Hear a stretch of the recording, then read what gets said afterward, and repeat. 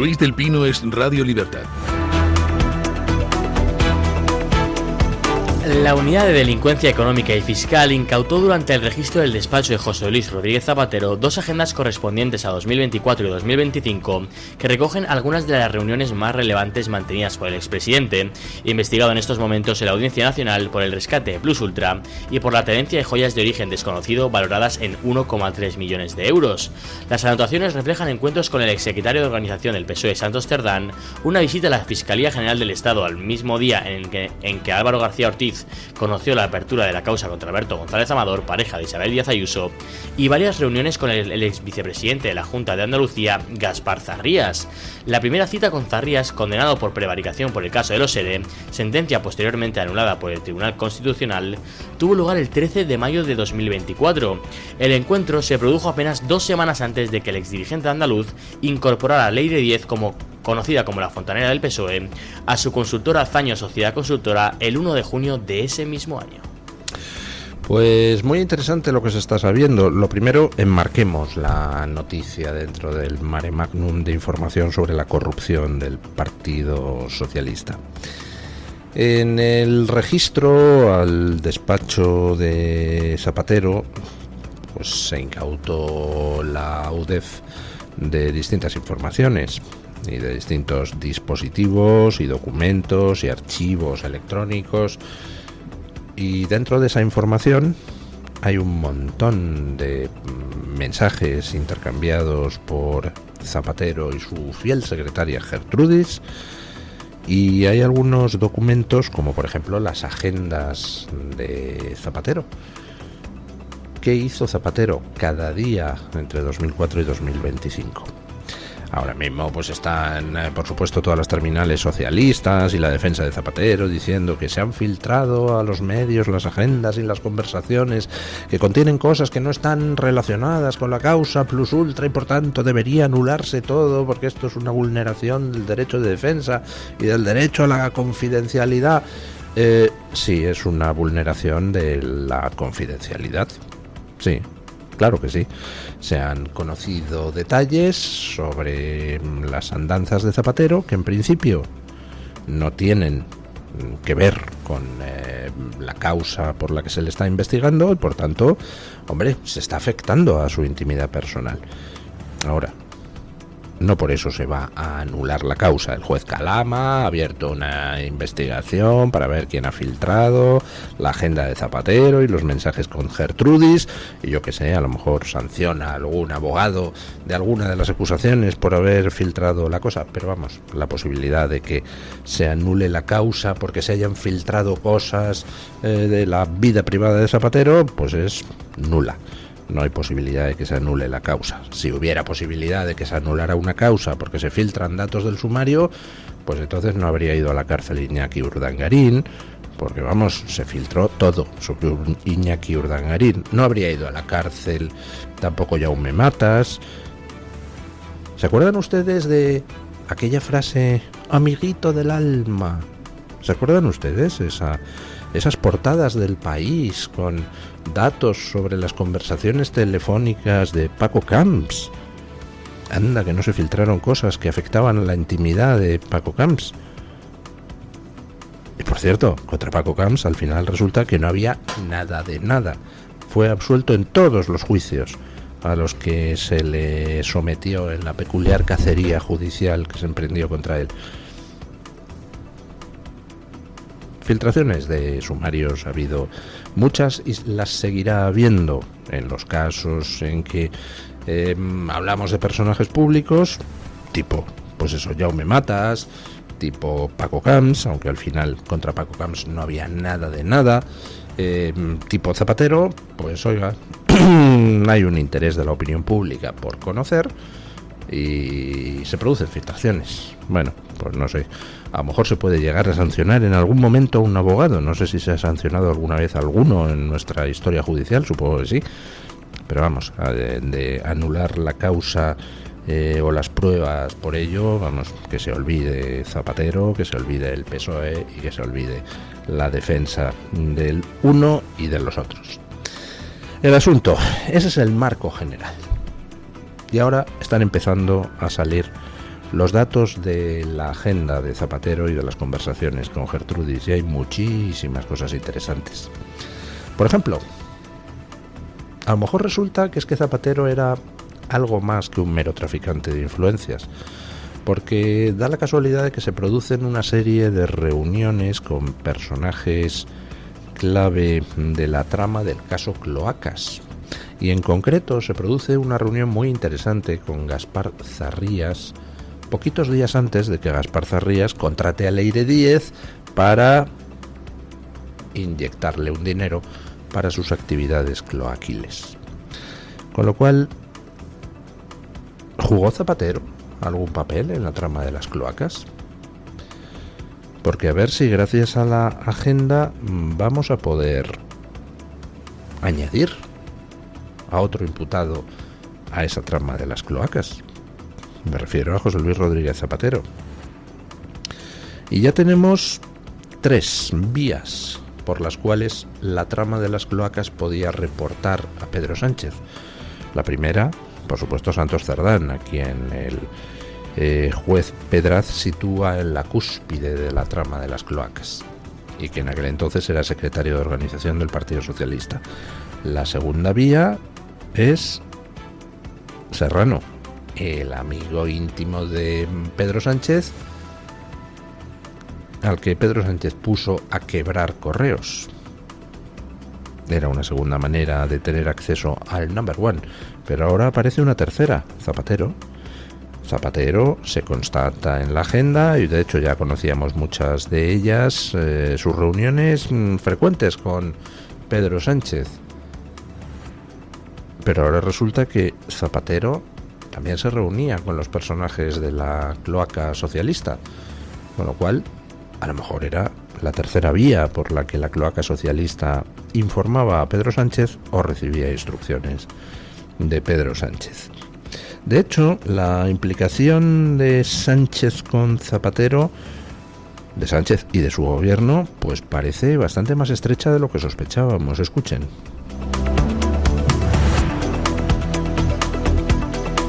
El domingo 30 de noviembre de 2025, José Luis Rodríguez Zapatero mantuvo una reunión reservada en el Palacio de la Moncloa con Pedro Sánchez y varios de los principales miembros del gobierno.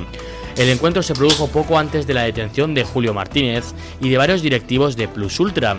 Según publica Artículo 14, la fecha y las características de la cita apuntan a un posible gabinete de crisis para abordar la investigación sobre el rescate de la aerolínea, una causa que permanecía bajo secreto y que estaba a punto de hacerse pública con registros y detenciones que podían salpicar tanto al expresidente como al ejecutivo. La reunión figura en un WhatsApp incorporado al sumario que la secretaria de Zapatero, Gertrudis Alcázar, le reenvió el sábado 29 de noviembre. Hola, mañana a las 5 en Palacio. Expresidente ZP, VP1 María Jesús Montero, MAEC Álvarez y Presidencia Bolaños, decía el mensaje. Palacio hace referencia al edificio del complejo de la Moncloa que alberga la residencia oficial del presidente del gobierno. O sea que gabinete de crisis en vísperas de la detención del testaferro de Zapatero. Caramba, gabinete de crisis con Bolaños, ministro de Justicia, Álvarez, ministro de Exteriores, Marisú Montero, vicepresidenta del gobierno, y el propio Pedro Sánchez, más Zapatero, claro. Hubo filtración de lo que estaba a punto de suceder. Se filtraron hacia Zapatero y hacia el gobierno los datos de esa investigación que estaba a punto de desembocar en una serie de registros, detenciones, etcétera. Pues no lo sé. Pudo ser casualidad esa reunión en la cumbre, en vísperas de aquellas detenciones, en vísperas de que se destapara la operación. Si no es casualidad, ¿hubo algún tipo de destrucción de pruebas? ¿Hubo algún tipo de maniobras de ocultación o encubrimiento para tratar de que la operación que estaba en marcha produjera los mínimos frutos posibles? Pues no lo sé, pero estaría bien que Pedro Sánchez nos informara de qué se trató en esa reunión en la cumbre con Zapatero, ¿no? Digo yo que, hombre, tenemos derecho los ciudadanos a saber de qué hablaban el presidente y 3 destacados ministros del gobierno con alguien que ahora está imputado y a quien la UDEF asigna el papel director de una trama criminal, de una organización criminal. Porque la UDEF dice que Zapatero de lobista nada, que era el jefe de una organización criminal. Pues hombre, Pedro Sánchez debería darnos explicaciones a los ciudadanos de qué hacía tratando en una especie de minicumbre algo, lo que sea, eso es lo que nos tiene que explicar, con el que está en estos momentos acusado por la policía de ser el jefe de una organización criminal. ¿No les parece a ustedes que nos debe unas explicacioncillas, Pedro Sánchez? Claro que nos debe tantas cosas. Ayer el Congreso pues aprobaba una moción de PP, de Vox y de Junts exigiendo al gobierno que se someta a una cuestión de confianza y que se pire. Escuchen. El Congreso de los Diputados ha instado a Pedro Sánchez a someterse a una cuestión de confianza y a asumir responsabilidades políticas, incluida la dimisión, por los casos de corrupción que afectan a su entorno. La iniciativa presentada por el Partido Popular fue aprobada ayer en el Pleno de la Cámara con el respaldo de Vox y Junts. La votación estuvo marcada por un clima de máxima tensión. Tras conocerse el resultado, numerosos diputados rompieron a corear dimisión, dimisión desde sus escaños, mientras golpeaban con fuerza las bancadas.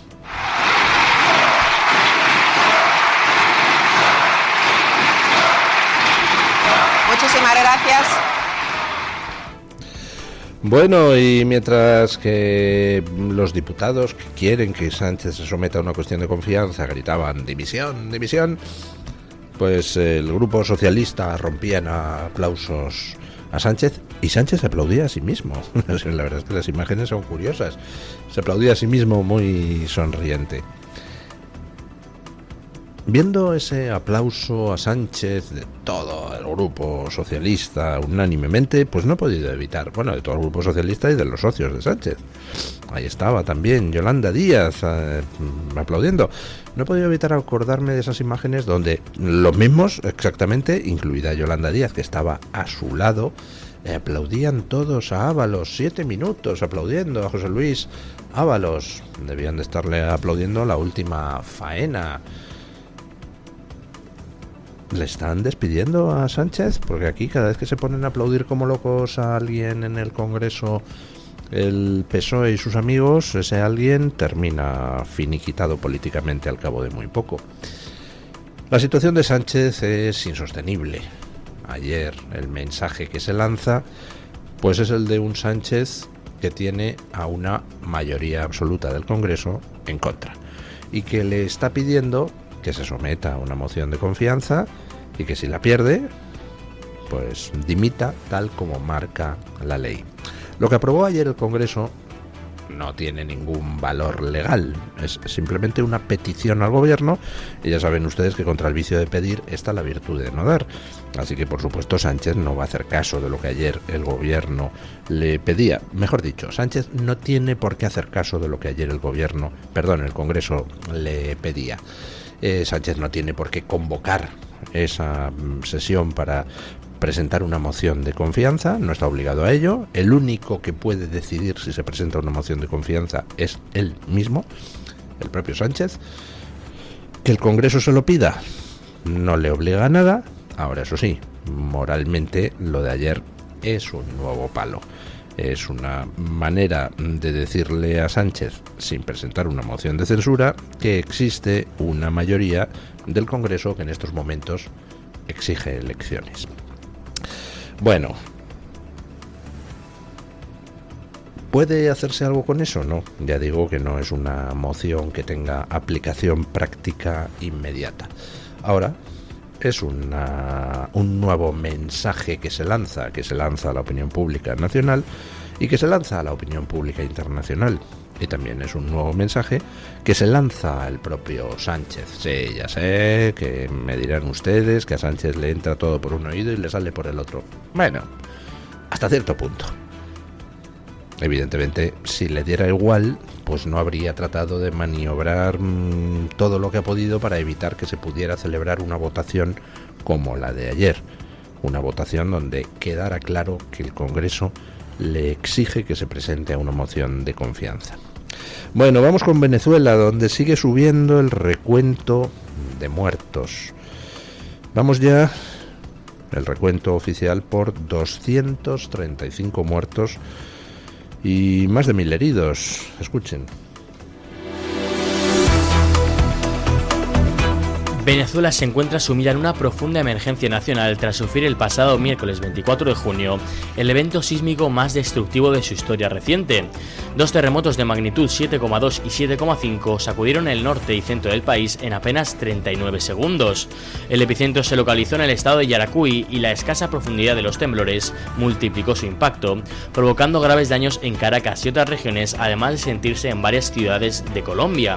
Hasta el último balance oficial, las autoridades confirman al menos 235 fallecidos y más de 4.300 heridos, aunque temen que la cifra aumente a medida que avanzan las labores de rescate. Ciudades como La Guaira permanecen colapsadas, con edificios derrumbados y servicios básicos interrumpidos. El episodio sísmico registrado este miércoles es el mayor que ha registrado el país en más de un siglo. El 29 de octubre de 1900 se registró un terremoto de 7,7, hasta ahora el mayor que ha sufrido el país caribeño de la serie histórica del USGS. Y anteriormente, en 1812, don Xavier Padilla recordaba ayer, utilizando los escritos de la gente de la época, el terrible terremoto, que además parece que fue parecido al de ahora, con doble evento, que sufrió también Venezuela, en la zona de Caracas. Bueno, el terremoto ha sido terrible. A los daños propios del terremoto se añade pues que Venezuela es un país que pese a tener las reservas petrolíferas mayores del mundo y reservas mineras increíbles, pues el socialismo bolivariano lo mantiene en la más absoluta miseria y dejadez. Ayer en las redes la gente comentaba cómo, de cara a reprimir manifestaciones de la oposición, enseguida el gobierno venezolano te movilizaba militares, pero ahora con la catástrofe sufrida, pues no se ve a un militar por ninguna parte echando una mano a la gente que en estos momentos necesita ser rescatada. Están acudiendo rescatistas de todas partes. El Salvador ha enviado 300. Nosotros hemos enviado 36 de la UME, de la Unidad Militar de Emergencias. No hemos podido enviar más, supongo, porque claro, si enviamos más a Venezuela, entonces la pregunta va a ser ¿y por qué a Venezuela sí y a Valencia no se enviaron, no? Entonces hemos enviado a 36 de la UME, la 10ª parte de lo que ha enviado El Salvador. Bueno, estamos hablando de 235 muertos oficiales. Ojo, el registro de desaparecidos en estos momentos es de más de 40.000 personas. Hay 40.000 personas que están siendo buscadas por sus familias y con las que hasta el momento no se ha podido contactar. Es absolutamente posible, es más, es lo más probable, que la gran mayoría de esas 40.000 personas terminen apareciendo. Es decir, no creo que vaya a haber 40.000 personas fallecidas. Ahora, va a haber muchas más de 235. Posiblemente nos vayamos por encima de los 1.000 muertos y a lo mejor bastante por encima de los 1.000 muertos. Hay edificios colapsados, zonas donde no se ha podido acceder, sitios donde al final ha accedido la ayuda pero sin maquinaria. Es un caos en estos momentos el país. Están llegando los equipos de rescate de distintos lugares, está llegando la ayuda internacional y sobre todo pues están llegando equipos de rescate de El Salvador, de Chile, Argentina, Estados Unidos. Estados Unidos se está volcando en estos momentos con la ayuda a Venezuela, con la catástrofe y bueno, pues a ver si pueden llegar a los supervivientes antes de que fallezcan. Comienzan a menudear las historias de supervivientes que después de vaya para 48 horas pues salen vivos debajo de los escombros. y durante muchos días seguirán saliendo. La resistencia del ser humano a veces es extraordinaria y, como ya saben ustedes de otras noticias similares anteriores, pues ha habido casos donde la gente ha resistido bastante más de una semana debajo de los escombros antes de ser rescatada. Bueno, en Estados Unidos se está produciendo algo que era perfectamente previsible.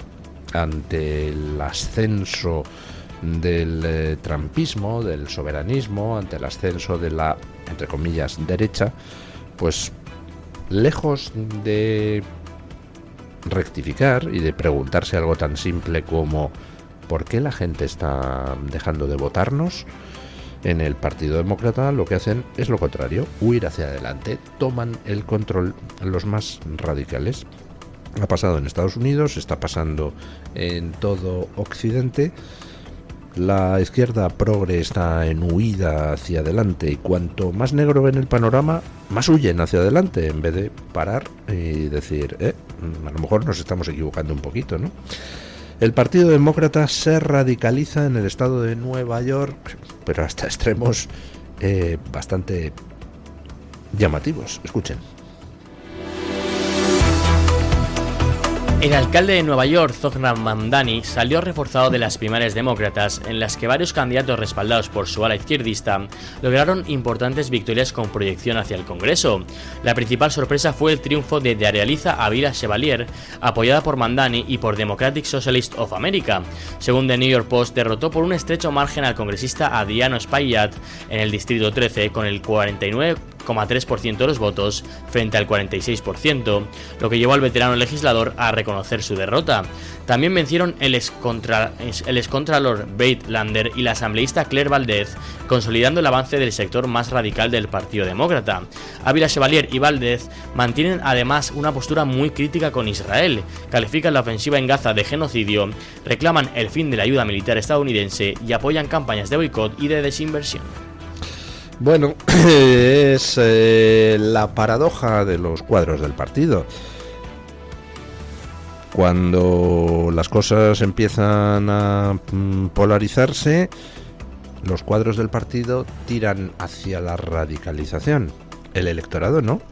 El electorado, si está yéndose hacia la derecha, es precisamente porque ve una deriva en el Partido Demócrata, pues muy preocupante.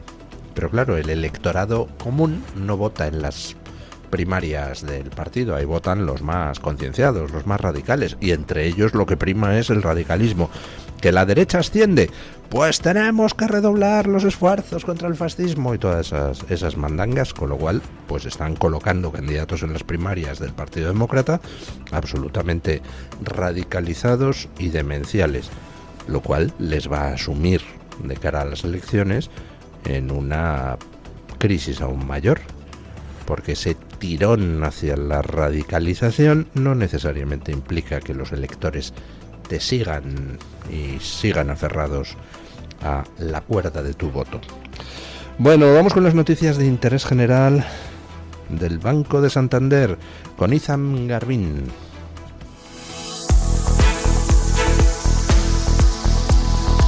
Banco Santander ofrece este espacio.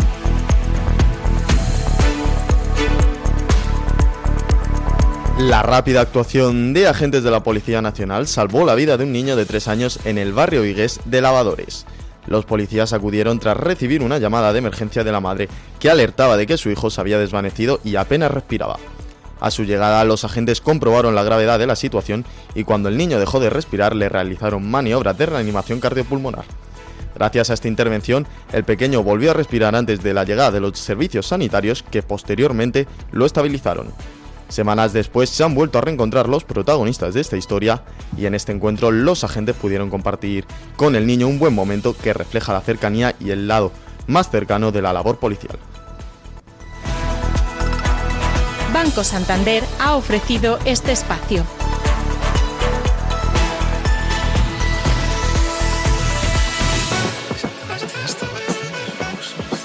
Oye, eso de que el Santander me da hasta 400 pavos solo por mi nómina y 2 recibos, ¿es de verdad? Tal cual, 400 euros si traes tu nómina y 2 recibos al Santander. Me renta. ¿Y aún hay tiempo? ¿Dónde veo las condiciones? Hasta el 10 de junio de 2026. El importe está sujeto a retención según la normativa fiscal vigente y tienes todo en bancosantander.es. Vale, pues hoy me nomino. Es el momento. Santander.